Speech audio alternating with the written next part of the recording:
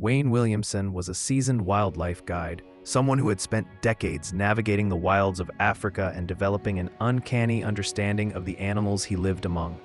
A native of South Africa, he had grown up near Kruger National Park, where encounters with wildlife were part of daily life. His fascination with big cats began as a boy, watching lions and leopards prowl through the bush with a quiet power that left him in awe. By the time he reached adulthood, Wayne had built a reputation as one of the most capable and calm safari guides in the region. He had led hundreds of tours, handled close encounters with predators, and had seen more than his fair share of danger. But no amount of experience could have prepared him for what happened on a morning that began like any other in the heart of the bushveld. It was a crisp, golden sunrise over the South African savanna when Wayne set out with a group of guests for a walking safari. Unlike game drives, walking safaris offered a more intimate, raw experience of the wilderness. There were no barriers, no vehicle to retreat into, just humans, the guide, and the open bush. Guests trusted Wayne because of his calm demeanor and encyclopedic knowledge of animal behavior. As they moved carefully along the trail, Wayne noticed fresh leopard tracks in the sand. He paused, squatted beside them, and explained to the group that they were very fresh, likely no more than an hour old. Leopards were solitary and stealthy, rarely seen in the wild, and usually avoided confrontation with humans. But Wayne also knew that no wild animal is entirely predictable. They proceeded cautiously, sticking to the path and scanning the bush for any signs of movement. Wayne had his rifle slung over his shoulder, as required by park policy, though he had never once needed to use it. As the group advanced through a narrow section of dense thorn brush, they began to descend into a dry riverbed, a place known for animal activity. Wayne moved slightly ahead to scout, leaving the group positioned safely behind a bend. That's when it happened. From the dense undergrowth just ahead, a blur of rosetted fur exploded in silence. A large male leopard had been lying in wait, unseen by anyone.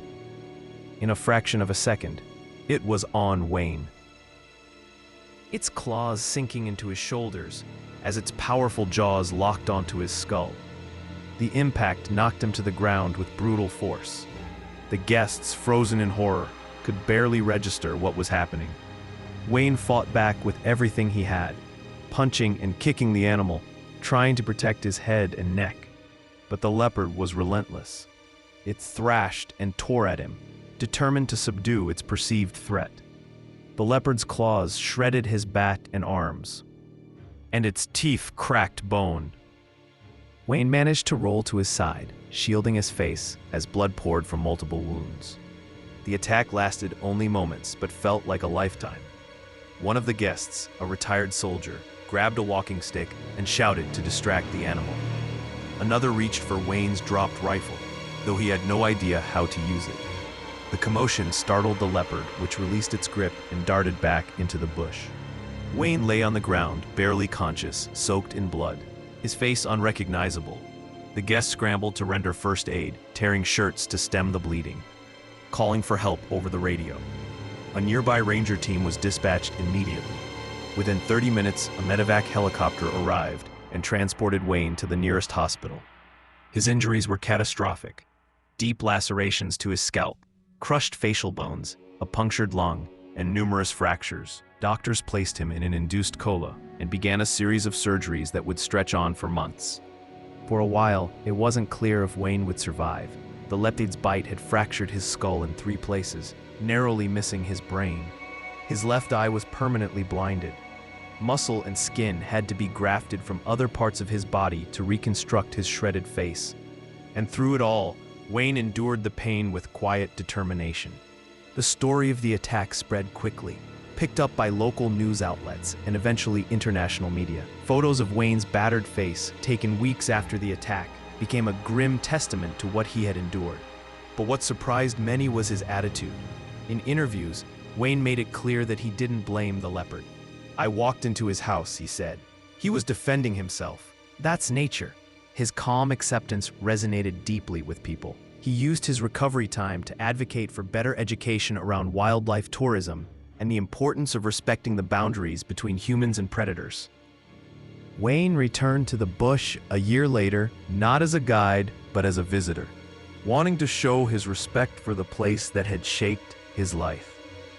Though he could no longer lead safaris in the same way, he found new purpose in educating others, appearing on wildlife documentaries, writing a memoir, and consulting on safari safety protocols. His message was consistent. The wilderness is beautiful, but unforgiving. You don't tame Africa, he said in one television interview. You respect it, you tread lightly, and you remember that we are visitors in a world that doesn't revolve around us. Wayne's story is more than just a tale of survival. It's a story of humility in the face of nature's power, a reminder that experience does not grant immunity, and that even those who know the rules can fall victim to the wild's unpredictable nature. He bore the scars of his ordeal with dignity, wearing them as a reminder of both the fragility and strength of life. And through his resilience, he inspired others to look at wildlife not as spectacle, but as something sacred and worthy of deep respect. The leopard that attacked Wayne was not hunted or relocated. Rangers believed that punishing a wild animal for behaving according to its nature would have sent the wrong message. The bush was its home, and Wayne was the first to insist it should remain that way. He later visited the riverbed where the attack occurred. Standing there, surrounded by the chirps of birds and rustling leaves, he described feeling a strange sense of peace. "I'm still alive," he said. "That's a gift. I'll never stop loving this land, even if it tried to take me." If you found this story powerful, moving, or eye-opening, please consider subscribing to Lore of the Multiverse. We bring you real stories that reveal the raw and unpredictable nature of life. Don't forget to like the video and share your thoughts in the comments. We'd love to hear what you think.